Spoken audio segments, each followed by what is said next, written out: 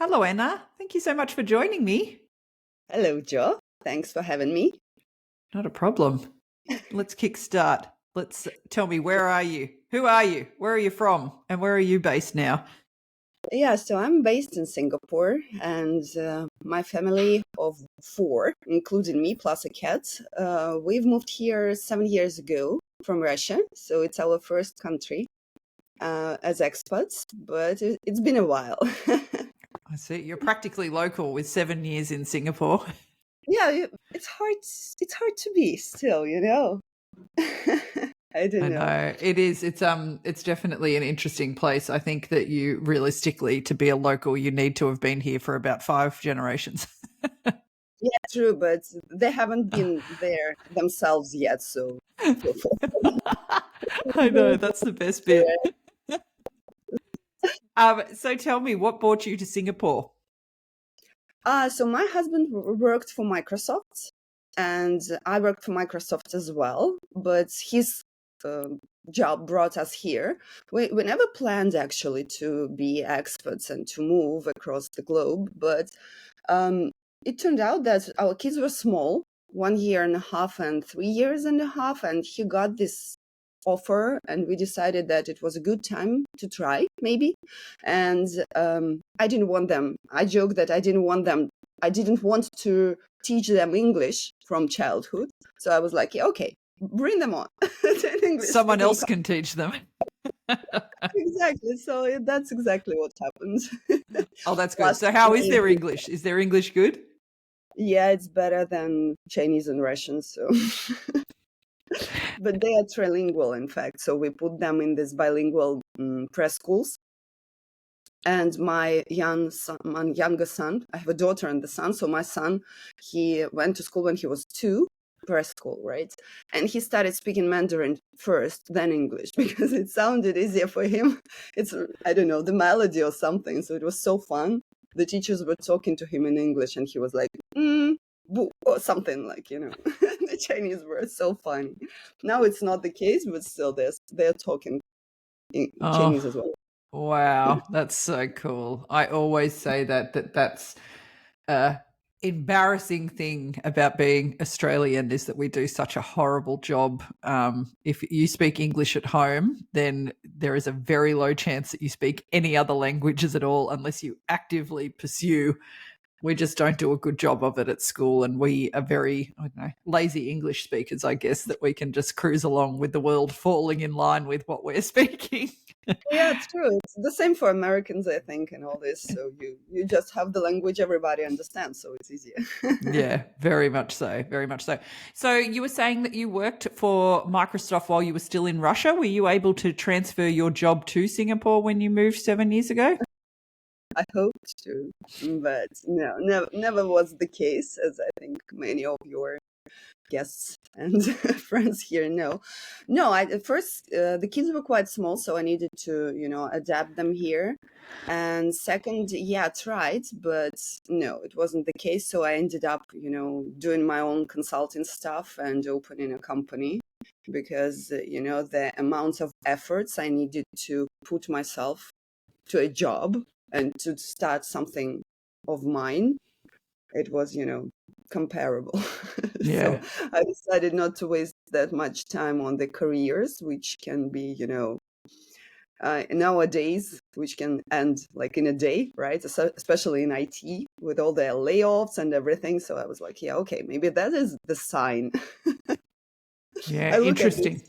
sign. So what sort of consulting have you been doing? Yeah, so I've been in marketing. In Microsoft, I was a B2B marketer, and so that's pretty much the same I'm doing, but not with enterprise level companies as I used to. So now I focus mainly on small business and on online. I recently started my Instagram account here in Singapore, so I was like, okay, maybe it's the time again. And now I focus on experts who want to bring their offline expertise to online and start selling digital products. So I'm helping with that. The packaging, the tech stuff, and all this, things all around. So Very that's what cool. I like. That's what I do. Yeah. Very Thank you. cool. So take me back then. What did it look like? What did life look like when you first landed in Singapore? After what part of Russia were you living in? We were living in Moscow, so Yeah. it's European part, and for us it was very funny because I have never been to Asia before, like never. 10 hours flight. I was like, no, I'm never doing that. Why would I? Though I flew to the US for business trips, but it is a business trip and you don't have much choice. But for leisure, I was like, no, no, that's too far. So our first Asian country was Singapore. That was a good start, I should say. Yeah. So yeah, we landed here and it was, I liked it, It was hard for me to adjust to the heat. Yeah, I I'm not, bet. yeah, I'm not a fan of this weather and still not am. Yeah, but it got better because when I just came here, it's very funny to adjust to new habits. For example, for me, when it's raining and after the rain, the air is very nice and it's so fresh. It's never the case here. And it's some kind of, habits that you used to have for your 30 years life and it doesn't work anymore. This is fun. But for the kids, all their life is here. And it's fun for me to see now how things that I'm used to, for them, it's like, okay, I want to see snow, much of it. I'm like, okay, 6 months of it. Come on. Yeah. Know what you're talking about. But yeah, no, and I remember that, I saw people running. And I was like, people, how can you do that? You cannot run. I still cannot run, but I'm not a runner. I can walk at least. But it's fun now, I can play tennis for 2 hours. And I know that when you switch the geography and you come to a colder place, you can like play for 5 hours and you never get tired because of this heat. So you get more resilient, I think, for Yeah. sports wise. Yeah, so Yeah. and now for me, before coming here, everything that was beyond 25 degrees, so higher, it's just hot, no matter what. 25, 27, hot, kill me. Now I can tell the difference between 29 degrees and 30, 31, right? So 31, it's kill me, but 29, it's pretty good. I can walk. It's so funny you say that because I was the same. When I first arrived, I was like, how is anyone walking around out here? Or how is anyone not just mortally embarrassed with the fact that they are sweating as much as I Mm. And I am? know, But this is just funny, and my hair got curly here all the time. I had to adjust this and to wear them curly because otherwise it's just such a mess.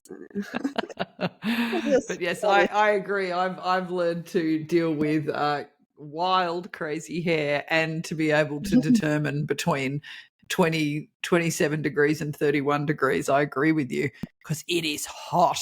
I know. Yes. Look, I was only in Australia recently and it ticked over 40 degrees, but it was a So, dry heat. And don't get me wrong, it was hot, but I was like, I can handle this because it doesn't feel like I'm swimming through soup. yes, because this is dry heat, right? I heard that the same thing is in the deserts. Yeah. Yeah. It's yeah, you still lose the water and you need to hydrate, right? But it's at least you're not like hot mess. I know it's definitely different. So tell me, did you guys know anyone in Singapore before you moved, or did you come in very cold? So we had some acquaintances through work.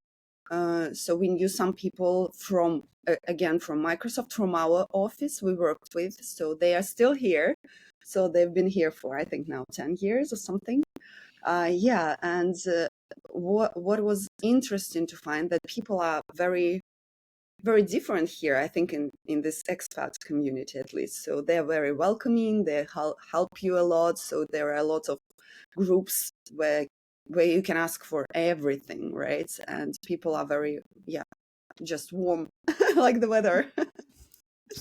So it helps, yeah. But Yeah. still, you have to settle a lot of things because it is very different from here. So we needed to find like the preschool for the kids. And okay, apart from the cost, because we didn't have it covered, but okay, we knew that we are coming to a very expensive place. But I was really surprised, okay, to put it mildly, with the press school, how they look like, right? So they cost like, I don't know, 30 to 25,000, and they're in the in a mall, right? So Yeah. kids don't have the place to walk. And I was like, no, this cannot be. Because in my country we have, oh, first they're free, the kindergarten, of course. But okay, here I'm not a citizen, so I'm not complaining. But for us at home, they're free, and we have a lot of space, so that's not a problem. So kids walk. They each of them have the place to walk and all this. So, and they all have separate rooms where they sleep. They don't eat in the same room as they sleep, and don't pull those beds. So this was a lot to comprehend, but we found the great preschool, and I wish I had, they were in Sentosa, the islander one. I loved it from the first sight, and it was just fantastic, because it's nature is all around, and they had a little pool. They could feed the fish just from their window, and it was great. So I was like, yeah, okay, this one I like, I can do with it. It's not in a mall. Yeah, but in the mall, I was just, no. How can you do that? They don't have place to walk. I understand that, yeah, you cannot bring them outside still most of the time. But they need some fresh air at least. Even to be able to look at a space that would be nice to walk onto if it wasn't so hot outside. Yes. So tell Yes. me, did you find that you tapped into a Russian community here when you arrived, or how did you sort of find your friends? Like, you had that sort of soft-ish landing, knowing some people from work, but how did you find your people? Oh yeah, it took time, because I'm extremely introverted person, so I do not usually do attend a lot of gatherings and all this stuff. But when you're in a new country, you adjust, and you have to, right? Because you have to learn a lot of new things. But what I discovered for myself, you need to find your people, right? And the Russian community is fantastic here, which is not usually the case for us. But here is great. And so we have a Facebook group. We have some chats now, and it's very supportive. And yeah, it is great. So we have a lot of meetups and all this stuff. So it was good.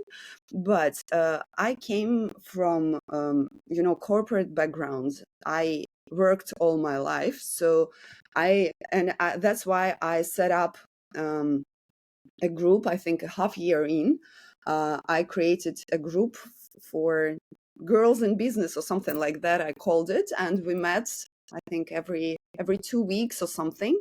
So it was a free group where I was doing marketing advice or something, and so it was like a bit more focused. And I understood that this is a good strategy for an introvert to find your people. So you don't go to other things, because you don't know what kind of meetups there will be and what kind of people there are, right? But you create your own, and people come to you. That's easier. It sounds contradictive, right? But it is easier, because you set the rules and you attract the people on the topic you want, and it's easier. And you don't have to introduce yourself to everybody and do this cold introduction, because you're the organizer, so people come to you. So if introverts are listening, that's a good advice. I know it's my That is fabulous advice. And look, I can say, even as a very extroverted person myself as well, I feel that when I go to an event that, well, it's obviously a lot easier if I'm a speaker or presenting or doing something, because you have almost like the role there, but I find that if I go to something where I don't have a role, I will quite often like pick up a plate of food and use that as my excuse to go and talk to people. So that's another hot tip for people going to things if they don't really love like This is good. barging your way into a conversation. Yeah, but this is hard. I think this is a skill you should acquire if you need, right? But you can acquire for sure, because it's like any skill. And Singapore is a great place to train this skill, because 100%. there are a lot of meetups and everything. Before COVID, there were so many meetups here. IT companies made them, and women organization made them, and most of them were free. So they were sponsored by big companies or something. So I had a joke that in an expensive city like Singapore, if you want to have free dinner, you should go to a meetup. You will have dinner there in a nice 100%. 100%. A nice glass of wine, dinner. You could actually live quite cheaply here. Yeah, but now, after COVID, it's not at that capacity at the moment, or maybe I just stopped, looking into a lot of new things. But I think it's now recovering, so there are a lot of things happening. I think a lot of these companies have pulled in the purse strings, though, and are not giving away free dinners anymore. True. I love, there is this association called Lean In. Maybe you heard of, right? So it is the Circle by Sheryl Sandberg. I'm not sure if I pronounced the name correctly. So it's a great chapter here. And they used to do, I think it were free events before COVID, but now they still have great events, and they're cheap because they have sponsorship, but now you still pay for it. But if you're in corporate environments, I really recommend to visit them, because the women are great and the contacts there are great. They also have WhatsApp group, and I think recently they introduced Lean In Girls, so those movement for girls, how to empower them. I think it's not very common yet, but I think we were in September or October. I don't remember. You don't have seasons here, so I still cannot adjust to that. So I think it was in autumn. Yes. So they were introducing this Lean In Girls, but I think this is something. If you have girls older than 11, you could look into that. This is also very interesting.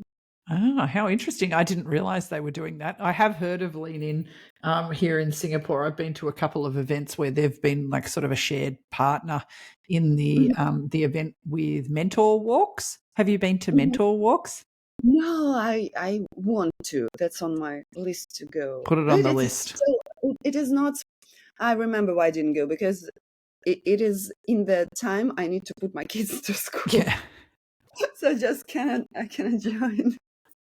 Yes, it is a bit of a tricky time of the morning. Like exactly from 7 to 8 or something. So just no, I cannot squeeze it anywhere. Maybe I try. We'll see if there are any. I'll check. So you have been on them. They're fabulous. Yep, Good. they've been fabulous, and I've managed to make like it's been great, sort of building that sort of business network, sort of even just stimulating conversation once every 2 months. But I've actually made lots of friends that I now see socially as my friends from going for a 1 hour walk. So yeah, definitely recommend. Definitely So recommend that. You just walk for there. an hour. You walk for an hour with the mentor.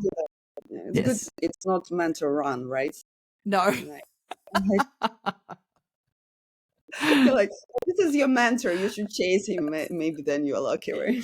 Yeah, that would. You would definitely not have me signing up to mentor runs. That's hilarious.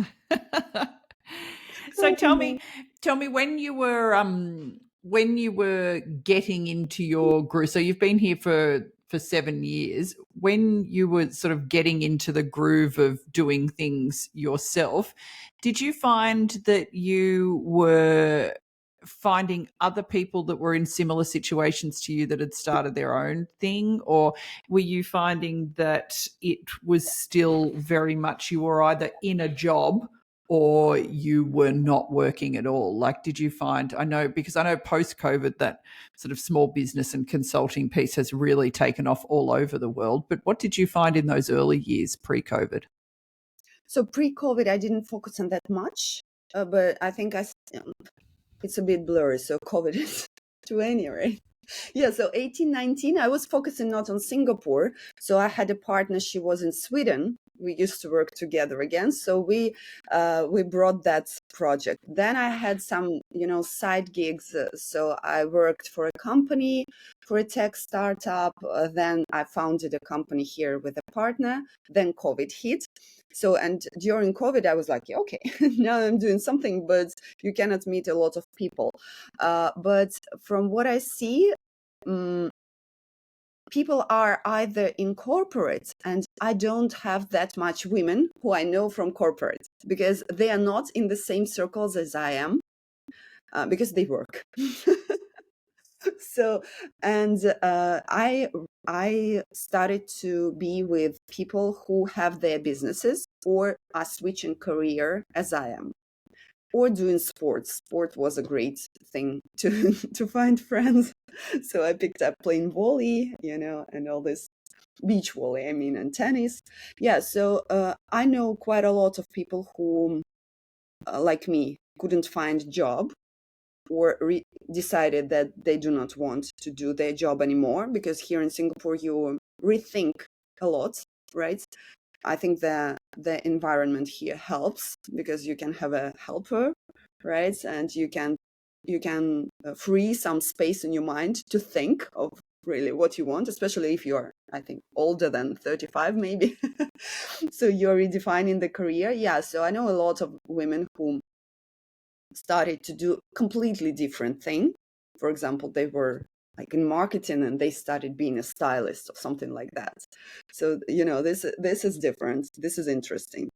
Yeah, but if people came here as career women, they're still in career, I think. A lot of mothers from my kids' schools, I know that they were, working back to back and making careers here, but they either came here a long time ago when it was easier to get the PR, and the rules were not that strict with all these LLCs and everything. And so they started climbing the corporate ladder and still there. Or they came as expats with a working pass, whatever. I think I just want to take you back a tiny bit. You made a really interesting point that I've never sort of thought about as explicitly as you said it then, which was that concept of having time to breathe and space. Excuse me. I'm just choking now. Damn it, I do have to edit this now. No worries. But I think you made a really valid point, is that, we talk about people actually trying to make the time to reassess and think about what you want to do. But I don't know, something you said then sort of made it land a bit more explicitly, was around that concept of being in a place, and I don't know if it's Singapore specifically, but actually maybe not. I think about other times that I have been, I don't know, we spent time abroad before I had kids, so I wasn't sort of filling my day with them, but I had a lot of spare time. And you're right. I think that space does make life more conducive to start thinking like, oh, do I actually want to do what I was doing before? And do I want to keep slogging away at that? Or seeing it as a total opportunity to be like, okay, I've got the space to think about this. What do I want to do differently? I was just thinking what I did differently. When we lived in Scotland, I wrote a children's book. Oh, wow. I can remember I sent it to a whole lot of publishers and stuff, and disappointingly, no one wanted to publish it. I don't know what's wrong with them, obviously. But so anyone listening here, if you're a children's book publisher, you've got your next multi-million-dollar seller here listening. But Good, you should publish. yeah, I should self-publish. That's what everyone was like, and I was like, my husband is not making very much money to actually then say, can I have some money to self-publish, please, while we are playing rugby? And that was what he was doing. He was playing rugby and coaching rugby, and so he wasn't making very much money, and I was just swanning around writing children's books. But I don't know. I think that's a really interesting time, and I think you've really nailed it, that you then start finding people who are doing that almost transition period in their brain. But I think that, and again, you nailed it, is that when you've got help and that mental load is lifted even slightly, it's pretty amazing what your brain can do, isn't it? That you can ponder different things. It is. It is. I personally don't have a helper, I should say. But for me, I just don't want people living around me. But still, we managed to organize our life in such a way that I don't spend much time on commute. I don't spend, so I drive, and I have two kids, but the driving here, it's easy, at least from where we live and how all the classes are.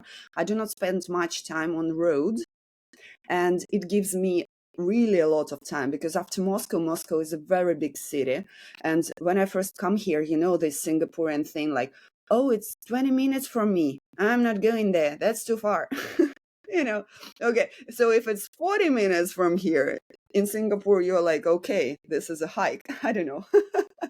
Now 40 I'm not minutes doing. 40 minutes you're in Malaysia. Yeah, like, come on.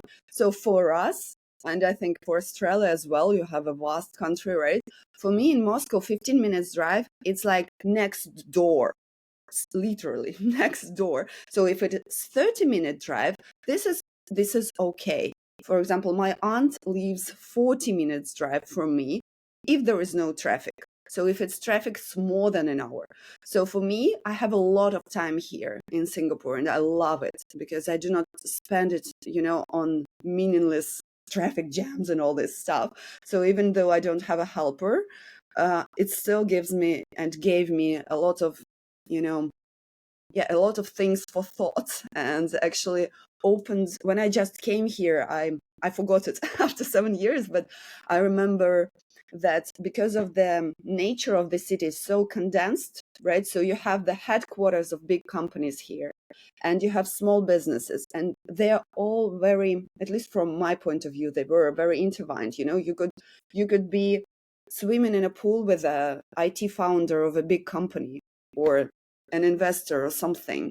It was so funny to realize, because back at home I never had those people in my circles, because you work and you work, you do your career thing, and that's it. It just didn't occur to me that the world, it was so fun.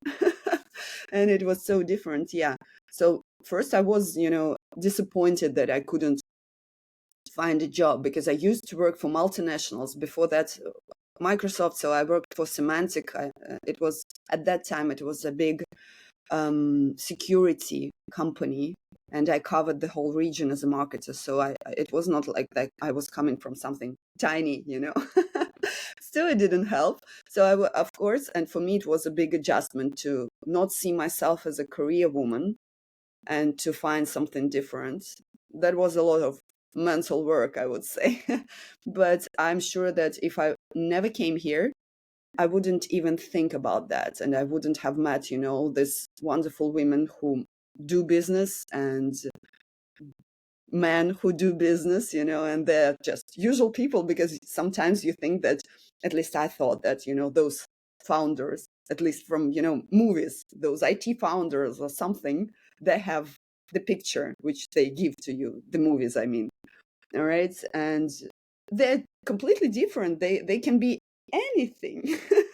Those IT founders and people can be different. This is really funny to I see. love that. That's so true. I haven't thought about that either. That's such a when in a place like this where lots of people are not from here, you cross pollinate in a very different way, because you're not bound by where people have traditionally grown up, or areas like physical locations in the city. And you're right, you can have all sorts of random people living in the same building, and then you're all swimming in the same pool and going to the same gym in your condo building. So that's really interesting. Yeah, this is just, and the stories that people tell you, for example, when and from absolutely different countries, right? And we are all here, and we are here for a while. I never thought that we came here for 3 years. I wasn't going to spend here more than three. And as from what we started, like, it's like you're almost local here. No, I never felt myself local, and I don't intend to, because I know that I will leave at some point. That's for sure. I love this place, but it's not home, for me.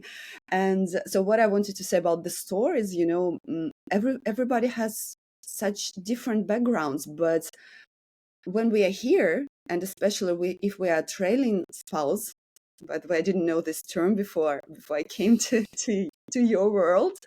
And I was at your event, I think it was in September or something, right? In Raffles, where, yeah, it was, and it was so interesting. Sorry for interesting so much, but it was so revealing to learn the stories of women and men from different countries, how we don't have anything in common except maybe for Singapore, but we feel so much the same, and we have the same struggles. And this is just was eye-opening. I thought about that maybe we're experiencing the same stuff, but to learn that it is true to everybody, no matter the country you come from, was just, I loved it so much. I love that it took you 7 years to realise that. Yeah, it's like that didn't take me like all the time, but yeah, not that I'm not that slow. Didn't talk too much, openly. I think maybe because you won't be talking to strangers on meetups like, how you feeling? Are you really okay here? Yeah. I know it from my community, right? So from my community, yeah, I can see that. But this is just from so many different communities. This was fun. Yeah, it's interesting. And that's something that's just so interesting every time we run events, whether they're in person or online, is that there's that instant connection on, doesn't matter how different the rest of life is, that there's those common pain points, I guess, that when you're doing something similar, even if you've done it for a longer time than other people. That's really cool. Is there something that you could turn back time and tell yourself you wish you'd known before you'd left home or when you first arrived? Yeah, I should have researched more about trailing spouses' careers. That's for sure. But I'm like, my character, I personally think that everything happens for me, and even if I don't realize it at the moment. So I think that I needed this kind of experience, and I needed this kind of shift. So now I'm thinking back to this time, so if I were in a career, if I joined some company 2 years in, my situation with my kids would be completely different. So what I mean is that I wouldn't be spending so much time with them, right? And culturally, I don't think how they will be. Who will they be? For me, it was important that they knew their roots, and they knew who they come from. I know it's not the case for a lot of people, and I know that a lot of Russians, for example, especially in mixed families, kids don't speak the language, and for me, it was extremely important that they speak. Of course, they don't speak as if we were at home, but they do. They don't write well. So that's how I see that everything is still, for the best. I still have my skill set. I'm still doing stuff. Okay, I'm not CMO of some kind as I could be if I were at home, or if I was, climbing the ladder. But I think it should have been like that. I'm a fatalist in this case of it. I love So that. I don't think, yeah, I would change anything. This is, I don't know, maybe it's age. I'm aging. And I hope becoming a bit wiser. But I believe that since I was 20, the boyfriend left me. Okay, I'm like, yeah, I'll find a better husband then. This is for the best. This should work for me. Yeah, you're I very don't much know. Yeah, a glass half full girl. no, surprisingly, no. But I just know that if it happens, it should have been like that. Maybe I don't know the whole picture now, but I'll see it. I heard that Steve Jobs said that you cannot draw the path. I'm not good. I'm not sure that the wording is correct, but the meaning is, so you cannot draw the line going forwards. You can only connect the dots if you're going back. So if you're going back and you see all this, like this slam dog millionaire, right? So everything brought him here. I'm that kind of girl. Yeah. So I look at everything and I'm coming somewhere. I'm not sure where, but I'm on my path. I love I that. should say. What a beautiful way to wrap this up. I love that. That is so good. Well, Anna, thank you so much for your time. It's been so interesting hearing. And I feel that if we have in some way played a part in solidifying your understanding of cross-cultural trailing spousing. Like 7 years here, and I'm like, yeah, people are the same. I love that. It is fun. Always so true. Thank you so much for your time. Thank you, Joe. Thank you for having me.